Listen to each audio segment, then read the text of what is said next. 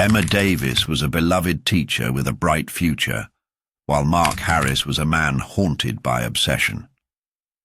When Emma vanished without a trace, the town was plunged into fear and confusion.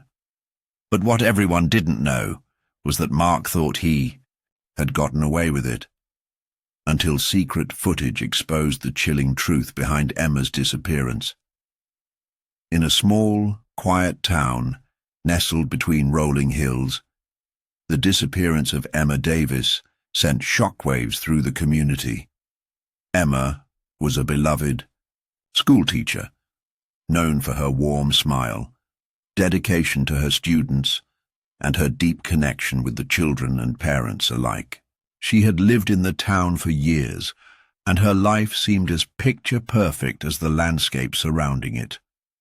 Her disappearance, however, would soon turn the peaceful town upside down. It started on a Tuesday morning. Emma had left her modest home early, as she always did, to prepare for another day of teaching at the local elementary school. Her routine was simple, one that many of the townspeople recognized. She'd stop by the coffee shop for her usual, a latte with almond milk, and then head to school. But by the afternoon, when she had failed to return home, worry began to set in. Emma's phone was silent, and there was no sign of her at the school. Her co-workers, initially unsure of what to do, began to ask around, but no one had seen her since the early morning. By evening, her family and friends were desperately searching for her. The police were called in, and they quickly launched a search, but there were no clues to follow. Emma's car was still parked outside her home, her house was locked, and there was no sign of a struggle.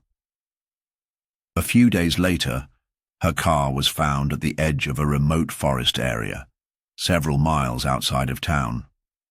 The car was unlocked, the keys left on the passenger seat, and Emma's belongings, her purse, phone, and jacket, were all missing. This only deepened the mystery. The scene suggested that Emma had not left on her own accord, but there was no sign of forced entry or foul play. At her house or in the car, it was as if she had vanished into thin air. The police began interviewing anyone who might know something about Emma's personal life. At first, there didn't seem to be any reason for someone to harm her. She had a few close friends, a small circle, but no obvious enemies. There was no history of domestic violence or conflict in her relationships. Emma had been dating a man named Mark Harris a few months before her disappearance, but they had broken up amicably, or so it seemed. Investigators dug deeper into Emma's past. They uncovered that her relationship with Mark had become increasingly tense toward the end. Neighbors reported hearing heated arguments, but no one had thought much of it at the time. People assumed it was just a normal, albeit brief, disagreement between a couple that had since separated. Still, no one could have known how dark things had truly become behind closed doors. Days turned into weeks, and with each passing moment, the community became more frantic and the search more desperate. The media began to cover Emma's case, and the town's peaceful facade cracked under the strain of the mystery. But there were no significant leads, and the police were left grasping at straws. Emma Davis had seemingly vanished, and everyone was left asking the same question: what had happened to her? As the weeks passed without any progress in the investigation, the case of Emma Davis's disappearance began to grow cold. The community had rallied together, organizing search parties, plastering missing person flyers around town, and hoping for any sign of her. Yet despite their efforts, the police had very little to go on. Emma's case seemed like it would become just another unsolved mystery, one that would fade into the background over time. But then a breakthrough came from an unexpected source. The breakthrough was an anonymous tip phoned in to the local police department late one evening. The caller suggested that investigators should take a closer look at Emma's ex-boyfriend, Mark Harris. At first, this lead seemed insignificant, as Mark had always seemed like a normal guy to those who knew him. However, the more the police dug into Mark's past, the more troubling details began to emerge. Mark had been a former student at the same school where Emma worked. He was one of the quiet kids, the kind who kept to himself, but was well liked by his peers. When he and Emma had started dating, it seemed like a natural fit, a teacher and a former student who had become close friends over the years. But over time, things had soured. Emma's friends and family began to recall how, after their breakup, Mark had become somewhat possessive. Though they hadn't been together for months, there were whispers that he couldn't quite move on from the relationship. Neighbors, who had once seen Mark and Emma together in the neighborhood, now reported strange sightings. It seemed like he was always lurking around, driving past Emma's house late at night, or parking his car near the forest where Emma's vehicle had been abandoned. They hadn't thought much of it at first. After all, people often drive by places they care about, but looking back, it seemed odd. Mark had started showing up more frequently in the days leading up to Emma's disappearance, and his behavior grew increasingly unsettling. When the police brought Mark in for questioning, his responses were calm, even rehearsed. He denied having anything to do with Emma's disappearance, stating that he had no idea where she was and hadn't spoken to her in weeks. He explained that he had been focused on his own life and didn't see a reason to stay in touch after their breakup. But something about his demeanor raised suspicions. He was too composed, too confident. When asked about his whereabouts on the day Emma disappeared, Mark provided vague answers and couldn't account for his movements in the hours leading up to her vanishing. Despite the mounting suspicions, the police found no direct evidence linking Mark to Emma's disappearance. His alibi seemed to hold up, and there were no signs of a struggle or physical evidence at his home or vehicle. However, they couldn't shake the feeling that he knew more than he was letting on. It seemed too coincidental that he had been in the area so often around the time Emma had gone missing. Still, without concrete proof, the case remained stalled. As the investigation continued, the police began to review the various security footage from around town. They scoured footage from local businesses looking for any hint that could help break the case open. But it wasn't until they looked at the footage from a small convenience store near Emma's home that they saw something strange. Something that would change everything. A figure wearing a dark hoodie, obscuring most of their face, was seen entering the store just hours before Emma's disappearance. The movement seemed familiar, and when investigators looked closer, they couldn't help but feel that it resembled Mark. Although the footage was grainy and unclear, the suspicious timing, combined with his previous presence around Emma's house, suggested that he was much more involved in the case than he had let on. The police weren't sure yet, but this discovery set off a new wave of investigation, one that would soon lead them to uncover startling truths about Mark Harris and his connection to Emma's disappearance. The walls were beginning to close in on him, and the investigation was about to take a dramatic turn.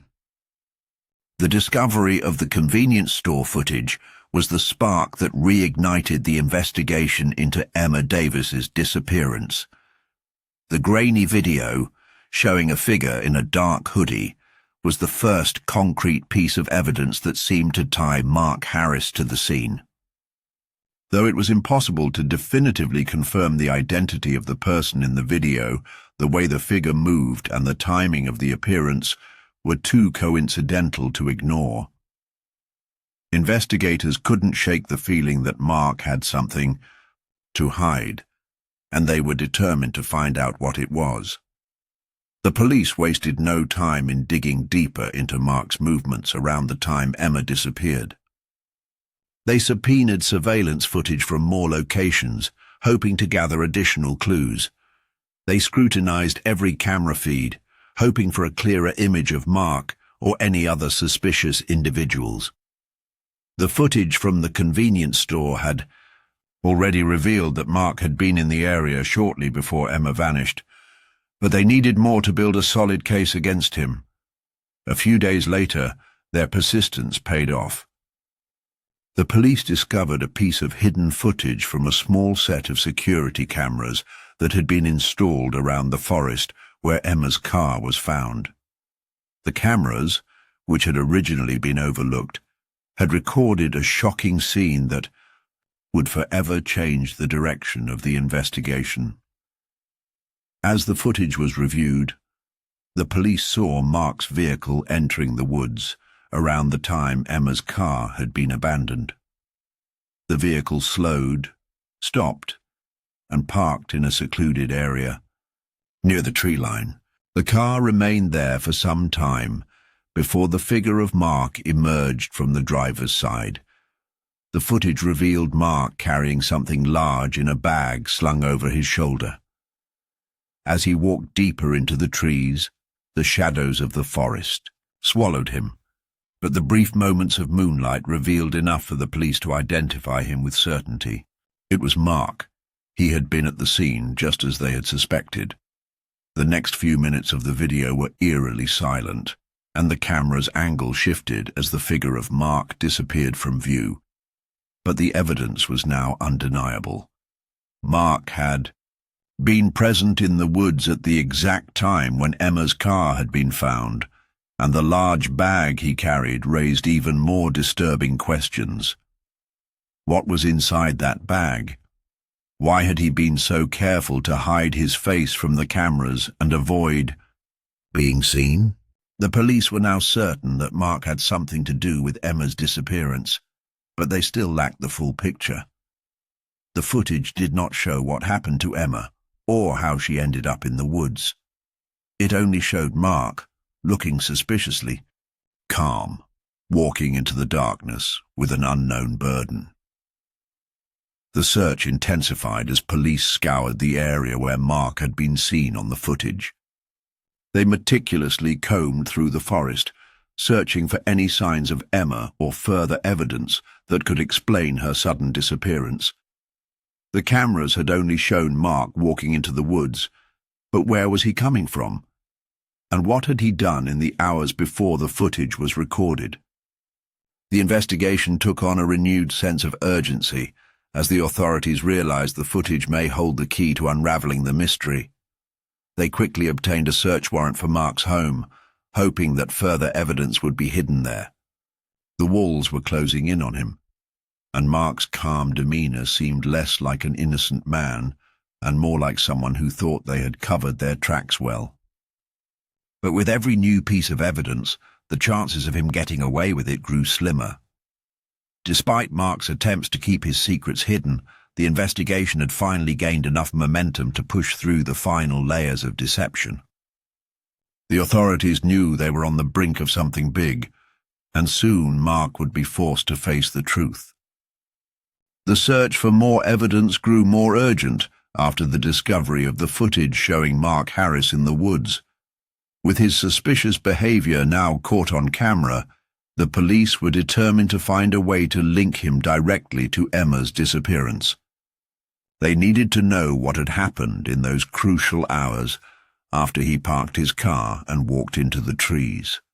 What had Mark been carrying in that bag, and was Emma still alive when he entered the woods? Investigators combed the surrounding area for days, hoping to find something, anything, that would shed light on what had transpired. They found no new evidence at first. The forest floor was thick with leaves and underbrush, and despite the search efforts, no trace of Emma was found in the immediate vicinity. But then a breakthrough came when a team of officers began to sift through the underbrush near a small creek that ran through the area. It was there, buried under a pile of dried leaves and branches, that they found something chilling, a torn piece of cloth with what appeared to be traces of blood on it. The discovery of the fabric sent shockwaves through the investigation. The blood matched Emma's DNA. Now, for the first time, there was a physical connection between Mark and Emma. The blood had been carefully hidden, but it was undeniable. Someone had tried to cover up a crime, and that someone was Mark Harris. The police rushed to analyze the cloth, but they needed more information to move forward. They turned their attention back to Mark's home, hoping that a thorough search of his personal belongings would yield additional clues. His home was a quiet, unassuming place, tucked away on the outskirts of town. When the police arrived with a search warrant, Mark was nowhere to be found. He had vanished. For a brief moment it seemed like Mark had disappeared into thin air, just as Emma had. The police feared that he might be on the run, trying to escape the mounting evidence against him. They quickly alerted nearby states and began a manhunt. But Mark's sudden disappearance only added to the confusion. Could he have really planned this out so well? Had he known all along that the investigation would eventually close in on him? While the manhunt unfolded, investigators continued to piece together the rest of the puzzle. Forensic teams analyzed Mark's vehicle in detail, and what they found was both damning and horrifying. Bloodstains, which were initially missed during previous searches, were now found in the trunk and on the back seat of his car. It became clear that Emma had been transported in that car after she was taken. Though the exact nature of her fate remained unclear, the police were still piecing together the timeline of events. But one thing was certain. Mark had been involved in something far darker than anyone could have imagined. He was no longer just a suspect. He was a criminal on the run. As the hours passed, the pressure mounted. The community was rattled by the realization that someone who had once been trusted by Emma and many others was now at the center of an unspeakable crime. Then, just as quickly as he had disappeared, Mark reappeared in the spotlight, though not in the way the authorities had hoped. A tip came in from a local motel, reporting that Mark had checked in under a false name. The police tracked him down to a small, run-down cabin just outside of town. Mark was arrested without incident, his calm demeanor replaced by a mix of resignation and fear. He knew the game was up. Back in the interrogation room, Mark was faced with the mounting evidence against him. The footage, the blood, the fabric, it was all stacking up. The police pushed him harder than ever before. He had nowhere left to hide. Finally, the cracks in his facade began to show. Mark cracked under the pressure and began to confess, albeit reluctantly. He explained how he had been following Emma, unable to let go of their past, and how one night things had spiraled out of control. He had taken her against her will, and in the woods, things had turned violent. But the most disturbing part of his confession wasn't just what he had done. It was how he had thought he could get away with it. Mark believed he could cover his tracks, thinking that his careful planning would keep him safe. He had underestimated the tenacity of the police and the power of the hidden cameras, which had ultimately exposed him for the monster he truly was. The case was far from over, but with Mark's confession, the authorities knew they were closing in on the final pieces of the puzzle. Emma's family could finally begin to mourn, though no amount of justice could bring her back. The truth, once buried beneath lies and deception, was now revealed, thanks to the secret footage that had uncovered Mark Harris's dark secret. With Mark Harris arrested, the investigation into Emma Davis's disappearance was now moving toward its final stages. His confession, though chilling, had given the police enough to piece together what had happened to Emma in those final hours. However, there were still many unanswered questions, and the search for closure was far from complete. The small town, which had once been a quiet, peaceful place, was now forever changed by the horrific crime that had unfolded within its borders. The police continued to examine the evidence that had led them to Mark. His confession was detailed, but lacked the depth that would allow them to understand every twisted aspect of his actions. Mark had admitted to taking Emma into the woods, but he had left out key details, such as how he had lured her, and whether she had fought back before the inevitable violence unfolded. While Emma's family was grateful that the man who had taken her life was in custody, they couldn't help but feel that something was missing from Mark's explanation. They wanted to know everything. The police took a more thorough approach to search Mark's home, looking for anything that could explain why he had become so obsessed with Emma. In his bedroom, they found journals that painted a disturbing picture of his deteriorating mental state over the past several months. His writings were filled with anger, regret, and a fixation on Emma that grew darker and more possessive with each page. It was clear that the breakup had sent Mark into a spiral of obsession. He had convinced himself that if he couldn't have Emma, no one else could. His mental state had become dangerously unstable, and in his mind, the idea of her moving on with her life without him had become unbearable. Through his confession, Mark explained how he had spent weeks following Emma, learning her routine, and waiting for the perfect moment to strike. He had been careful, making sure not to leave any obvious trace of his presence around her home or in the places she frequented. But he had underestimated the small town's watchful eyes and the power of the hidden cameras that had caught him during critical moments. Mark had thought that the footage from the convenience store and the forest would be enough to mislead the investigators. He believed that by hiding in plain sight, he could outsmart the police. But what he hadn't realized was that no matter how hard he tried to cover his tracks, the truth would eventually surface. It was those small, overlooked details, the footage, the blood, the torn cloth, that had slowly but surely built the case against him. They had been the final pieces of a puzzle he had tried to erase. Despite the overwhelming evidence against him, Mark still refused to fully acknowledge the full extent of his crime. He clung to his belief that he had been justified in his actions, that he had been wronged by Emma, and that she had forced him into his violent behavior. His denial was almost as chilling as the crime itself, but the police were undeterred. They knew that the truth was now out in the open, and they were determined to bring justice to Emma, no matter how hard Mark fought to bury it.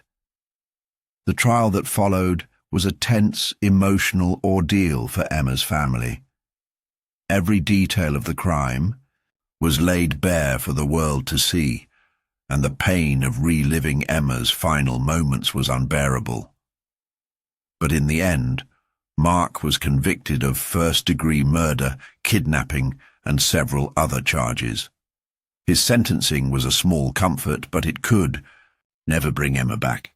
The town, forever scarred by the tragedy, tried to heal, but the shadow of what had happened would always linger.